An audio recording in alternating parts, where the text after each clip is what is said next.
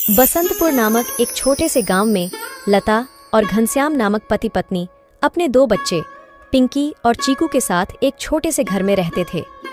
घनश्याम सेठ धनीराम के यहाँ खेतों में मजदूरी का काम करता था और लता गांव के एक बंगले में खाना और साफ सफाई का काम करती थीं। दोनों पति पत्नी खूब मेहनत और मशक्कत करके अपने और अपने बच्चों का पेट भरते थे। यूं तो हमेशा ही गर्मी के समय 40 डिग्री तक तापमान चला जाता था, लेकिन इस साल तापमान बहुत ज्यादा बढ़ गया था, जिस वजह से बसंतपुर गांव के लोग बहुत ज्यादा परेशान थे। दिन हो या रात हो, लोग गर्मी से बेहाल थे। इस साल तो बहुत ज्यादा गर्मी पड़ी है। इतनी कड़ी धूप में काम करना बहुत मुश्किल हो गया है। घर से निकलते ही पसीना बारिश की तरह टपकने लगता है। इतनी भारी गर्मी में तो काम पर भी जाने का मन नहीं करता। न जाने इस साल की गर्मी कैसे कटेगी। चलो अच्छा, मैं काम पर जाता हूँ, वरना सेठ गुस्सा करेंगे। घनश्याम मजदूरी पर चला जाता है। पिंकी और चिंकी एक सरकारी स्कूल में पढ़ते थे। लता पिंकी और चिंकी को स्कूल छोड़कर काम पर चली जाती है। उस बंगले में मालकिन हेमलता और मालिक रामचंद्र अपने दो बच्चे टीना और शिवम के साथ रहते थे। अरे लता, आ गई तू। अब चल जल्दी से सारे काम निपटा लो। पता है ना, शिवम की बर्थडे पार्टी है, तो सारे काम 4 बजे से पहले ही हो जाने चाहिए। और हाँ, इसके बाद तुम घर सजाने में भी मेरी मदद करोगी, ठीक है? ठीक है मालकिन, मैं पहले जाकर घर के सारे काम निपटा लेती हूँ। इसके बाद घर को सजाने में मैं आपकी मदद करूँगी। ऐसे लता घर के सारे काम करने के बाद हेमलता की घर को सजाने में मदद करती है। हेमलता और लता मिलकर पूरे घर को अच्छी तरह से सजा देते हैं। अच्छा मालकिन, मैंने घर के सारे काम निपटा दिए हैं और पार्टी की सारी तैयारी भी हो गई है, तो अब मैं घर जाती हूँ। हाँ ठीक है, लेकिन पता है ना तुम्हें, आज शिवम की बर्थडे पार्टी है, तो तुम शाम को 7 बजे अपने बच्चों के साथ पार्टी में आ जाना। और हाँ, मुझे तुम्हारी थोड़ी मदद की भी जरूरत होगी। ठीक है मालकिन, मैं शाम के समय बच्चों के साथ यहाँ आ जाऊंगी। ऐसा कहकर लता घर चली जाती है और दोनों बच्चों को तैयार करके शाम को 7 बजे पार्टी में आ जाती है। पार्टी बहुत ही शानदार होती है। लता के बच्चे इतना बड़ा घर देखकर कहते हैं, अरे यार चिंकी, यह घर कितना बड़ा है और कितना सुंदर है। बाहर कितनी गर्मी है, फिर भी इनके घर के अंदर कितना ठंड लग रहा है। पिंकी और चिंकी की बातें शिवम सुन लेता है और वह उनसे कहता है, अरे ये घर ठंडा इसलिए लग रहा है क्योंकि हमारे घर में हर कमरे में एसी लगा हुआ है। ओह, मतलब कि एसी लगाने से घर बहुत ठंडा हो जाता है। दीदी, हम भी अपने पिताजी को अपने घर में एसी लगाने के लिए बोलते हैं ना, हमारे घर में भी बहुत ठंडा लगेगा। चलो बच्चों, इधर आओ, केक काटने का टाइम हो गया है। जब केक काटने लगता है तो पिंकी और चिंकी एसी की ठंडी ठंडी हवा खाते खाते शिवम के कमरे की तरफ चले जाते हैं और शिवम के कमरे के बाहर खड़े होकर एसी की ठंडी ठंडी हवा का मजा लेने लगते हैं। एसी की ठंडी ठंडी हवा खाते खाते वह दोनों कमरे के अंदर चले जाते हैं। दीदी, यह कमरा तो सबसे ठंडा है, इसमें कितनी ठंडक है। और दीदी, यह देखो, यह बिस्तर कितना सुंदर है, बिल्कुल मखमल जैसा। दोनों बेड पर बैठ जाते हैं और ठंडी ठंडी हवा का आनंद लेने लगते हैं। देखते ही देखते 15 मिनट बीत जाते हैं और आराम करते करते कब दोनों की आंख लग जाती है, उन्हें पता ही नहीं चलता। इतने ही देर में अचानक से शिवम की बहन टीना कमरे में आ जाती है। वह पिंकी और चिंकी दोनों को शिवम की बेड पर लेटा देखकर जोर से भड़कती है। ये दोनों मेरे कमरे में क्या कर रहे हैं? माँ इधर आओ, देखो ये दोनों मेरे बेड पर क्या कर रहे हैं। टीना की आवाज सुनकर हेमलता कमरे में आती है। तुम दोनों अभी के अभी मेरे बेड से उठो। पिंकी और चिंकी हेमलता की आवाज सुनकर जग जाते हैं। लता भी हेमलता की आवाज सुनकर भागी भागी चली आती है। क्या हुआ मालकिन? आपकी बहुत जोर से नीचे आवाज आ रही थी। क्या हुआ ये पूछ, क्या नहीं हुआ ये देख नहीं रही तू? तेरे बच्चों ने अपने गंदे मेले बदबूदार कपड़ों से मेरा पूरा बेड गंदा कर दिया। तेरे बच्चों ने एसी देखा नहीं कि सोने चले मेरे बेड पे। हद होती है यार। मैं तो तेरे बच्चों को इसलिए बुलाया था कि इनका भी थोड़ा मन लग जाएगा। इन्होंने कभी ऐसी पार्टी लाइफ में देखी नहीं होगी, ये भी देख लेंगे। पर ये तो अपनी औकात ही भूल गए। ये हमारा घर है, कोई धर्मशाला नहीं कि कोई भी भिखारी हमारे कमरे में आ जाएगा और आकर के सो जाएगा। तू अभी के अभी अपने बच्चों को लेकर निकल यहाँ से। और हाँ, कल से काम पर भी आने की जरूरत नहीं है। मालकिन ऐसा मत करो, मेरी बात तो सुनो। बच्चे नादान हैं। मैं वादा करती हूँ आगे से ऐसा दोबारा नहीं होगा। यह मेरी आखिरी भूल समझकर माफ कर दीजिए मालकिन।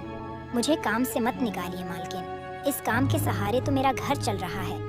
ये तेरी सर दर्द है, अब तू यहाँ पर काम नहीं कर सकती। अब तू अपने बच्चों को ले और यहाँ से निकाल। हेमलता लता और उसके बच्चों को घर से बाहर निकाल देती है और आगे से काम पर आने को भी मना कर देती है। अब लता के पास कोई काम नहीं था। घर का सारा भार अब घनश्याम के कंधों पर आ गया था।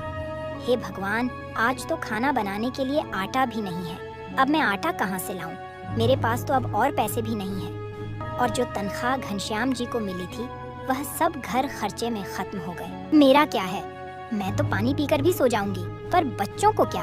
भूखे पेट इन्हें नींद कैसे आएगी? आ गए आप, घर में राशन खत्म हो गया है। आज खाने में कुछ नहीं बना है। कोई बात नहीं, खाना आज मैं अपने साथ लेकर आया हूँ। सेठ जी के यहाँ पर आज दावत थी तो उन्होंने कुछ खाना बच्चों के लिए भी भिजवा दिया है। ऐसे उस रात तो वह सभी खाना खाकर सो जाते हैं। अगली सुबह लता फिर से अपनी मालकिन हेमलता के घर जाती है और उससे थोड़े पैसे उधार मांगती है। मालकिन, मेरे घर में खाने के लिए एक अनाज का दाना भी नहीं है। कृपया आप मुझे थोड़े से पैसे उधार दे दीजिए। तुझे देने के लिए मेरे पास कोई पैसे वैसे नहीं है। मैंने तुझे पहले ही काम से निकाल दिया था, फिर तेरी यहाँ आने की हिम्मत कैसे हुई? जा निकल यहाँ से और आइंदा यहाँ पर अपनी शक्ल मत दिखाइयो। हेमलता की कड़वी बातें सुनकर लता घर वापस जाने लगती है। तभी उसे रास्ते में एक पोस्टर दिखाई देता है। उस पोस्टर को देखकर लता वहीं रुक जाती है। पकोड़े बनाने वाले की जरूरत है।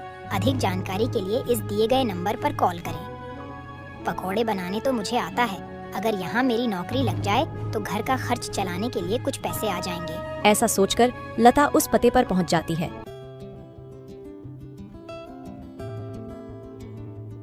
भैया, मैंने आपका पोस्टर देखा।